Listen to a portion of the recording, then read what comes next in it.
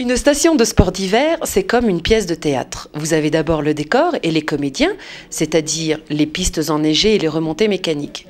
Lorsque vous vous baladez dans les coulisses, ce que l'on ne voit pas forcément au premier coup d'œil, ce sont tous les techniciens qui savent faire pour faire en sorte que ce spectacle soit merveilleux. Eh bien, ici, à la station de la Rosière, c'est pareil. Nous avons aussi nos techniciens qui sont cachés un peu partout. Et on les appelle les pisteurs. Et tout de suite, je vais vous faire apparaître par magie un pisteur.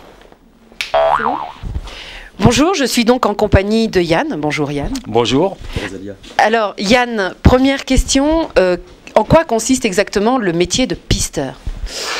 Alors le premier rôle qu'on a, c'est ouverture-fermeture des pistes. C'est le rôle le plus important parce qu'on est quand on arrive sur la station, c'est-à-dire préparer le domaine pour l'accès des usagers. Donc c'est la mise en place de toute la signalétique et protection des éléments qui peuvent éventuellement engendrer un danger pour les gens qui pratiquent le ski. Ensuite, notre deuxième rôle, c'est de faire du secours. Donc un pisteur reste en permanence en poste de secours pour pouvoir couvrir le domaine et donc assurer les secours sur les pistes. Et on a un troisième rôle qui est la prévention du risque d'avalanche. Donc déclenchement des plaques avant, déclenchement des avalanches quand il a neigé la nuit. D'accord. Est-ce qu'il faut une formation particulière pour exercer ce métier? Ah oui, alors on a une formation à 3 degrés. Donc on a un premier degré qui permet d'accéder à la profession avec d'abord un test à ski qui permet d'entrer en formation. On a un examen de secours qui correspond à l'examen des pompiers, qui est le secours en équipe, l'ancienne réanimation. Ensuite, on a une formation spécifique sur le terrain, donc secours sur piste, avec les descentes en barquette, les immobilisations sur les terrains en pente. On a une formation à la nivologie, donc ça nous permet en fait d'avoir quelques connaissances de base sur le terrain, sur la neige, sur les avalanches. Et ce qui nous permet en fait derrière d'aller hors piste et puis de prévenir le risque d'avalanche. Il y a d'autres niveaux après à passer? Voilà, donc ensuite on a des spécialités. On a un deuxième degré qui se passe à l'ENSA, qui concerne plus les secours techniques, avec l'usage de cordes.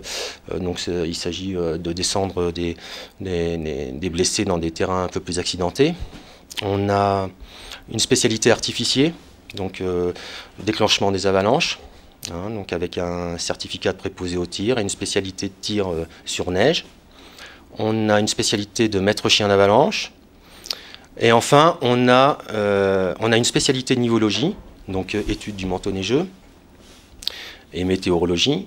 Et on a enfin un troisième degré qui permet d'accéder à la fonction de directeur des pistes. Et selon vous, quelles sont les qualités humaines à avoir pour être sur les pistes? Je pense qu'il faut avoir le sens du service. Faut aimer le contact avec les clients. Il faut aimer les tirer parfois de situations difficiles. Il faut aimer le contact, il faut aimer les gens, il faut aimer les sortir de situations qui sont pas forcément, qui sont parfois délicates, quoi. C'est pas, quand on se blesse sur une piste, c'est pas anodin. Il faut savoir prendre les gens en charge, les rassurer. Je pense que c'est la qualité essentielle. Alors un jour comme aujourd'hui, où l'ensoleillement est quand même merveilleux sur la station de la Rosière, on se dit que vous n'avez pas grand-chose à faire. Alors ça fait partie évidemment des bons côtés, des bons aspects de notre métier. Quand il fait beau, quand on a des grandes périodes de beau temps comme ça, on est quand même plus tranquille. Maintenant, il y a aussi des mauvais moments. Et en fait, ce qui est assez bizarre, c'est que les gens ne voient pas forcément dans ces mauvais moments. C'est-à-dire que quand on va déclencher le matin à 7 h, qui fait mauvais, qui a du gros mauvais temps, personne ne nous voit. On a parfois des secours difficiles à gérer. Quand on est à l'ouverture ou à la fermeture des pistes, les gens ne nous voient pas forcément. C'est vrai qu'il n'y a pas que des bons côtés. Le beau temps et la belle neige fait partie des bons côtés. D'accord. Merci beaucoup Yann.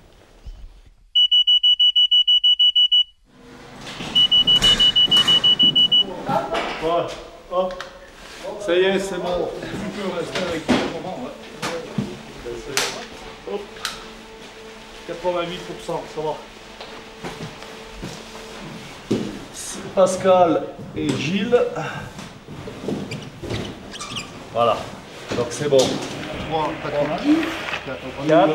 4 du café. 1, 2, 3, 4 et celle de secours, c'est bon. Seul avec qui j'ai un accident de cardiaque. C'est pareil. Non, j'ai pris ça, j'ai... Vous avez pour le 4X ou pas? Alors vous, il vous en faut 3. Il n'y a rien là-haut?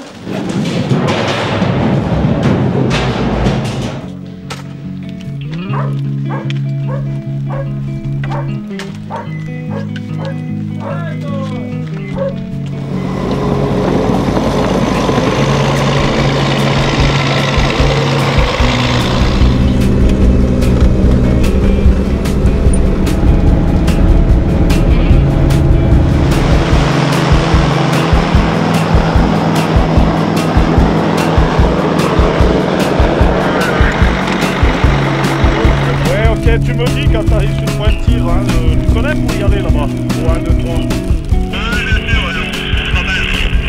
Ça marche, tu appelles quand tu es sur le point de tir. Eh ben c'est parti.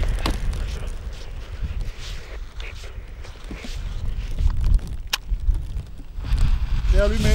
C'est bon. Normalement on regarde l'heure, 8h02. C'est un autre côté, Christian.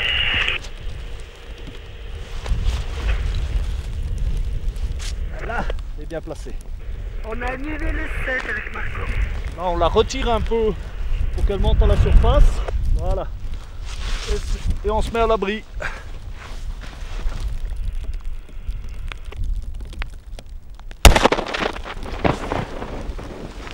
Ah là, oui, ça Là, part. ça coule. Là. Là, ça tire la corde. C'est bon. Ça a baissé. Non, sur le fond, il y a rien qui a bougé, il est coupé l'un et l'autre, on voulait un peu en surface. Allez, ça c'est fait. Eh bien, je me trouve actuellement au télésiège du fort où travaille Guy. Guy, bonjour. Bonjour. Guy, je crois que vous avez une spécificité au niveau des pisteurs de la Rosière. Oui, j'ai une spécificité, c'est d'être maître chien d'avalanche en dehors de mon activité de pisteur secouriste. Ça fait combien de temps que vous exercez ce métier? Bon, de pisteur depuis 1973, mais de maître chien d'avalanche depuis 1977. Vous êtes le seul, je crois, sur la station d'ailleurs. Je suis le seul maître chien sur la station, oui. Et vous l'avez dressé, vous l'avez vous-même entraîné à secourir? En fait, la formation de maître chien d'avalanche est une formation spécifique au-delà de l'activité de pisteur secouriste qui s'adresse aux gens qui font déjà du secours en milieu enneigé, hors piste et sur piste. Et on utilise le chien d'avalanche comme un moyen qui vient en complémentarité des autres moyens que sont l'arval, le réco, les vagues de sondage. Et il y a une formation qui permet à l'animal d'utiliser son flair pour retrouver les personnes ensevelies sous la neige. Alors Guy, on va voir tout de suite des images de démonstration de votre chien en action. Est-ce que vous pouvez un peu nous expliquer en quoi consiste cette journée? Bien, la journée va être basée sur une information et une formation pour les jeunes adolescents des milieux de proximité de la montagne qui pratiquent donc le ski hors piste et sur piste et qui peuvent être amenés à évoluer dans des milieux à risque. Donc on les forme, et on les informe sur la façon de pratiquer ce ski à risque et quels sont les moyens qui sont employés pour secourir les gens quand il y a avalanche. Et on leur explique aussi comment se forment les avalanches et quel type d'avalanche on peut rencontrer en fonction des différents paramètres liés aux épaisseurs de neige, aux pentes et aux températures. Très bien, merci beaucoup Guy. Un pas en avant. Sondé. Un pas en avant. Sondé. Bingo! C'est bien, bravo, vous êtes trop loin, elle est passée nombreux. C'est bien. C'est le troisième. Vous avez compris? Donc imaginez-vous sur une grosse avalanche comme ça peut être long. Allez petit loup, on y va. Merci beaucoup. Bah, merci à vous. Merci.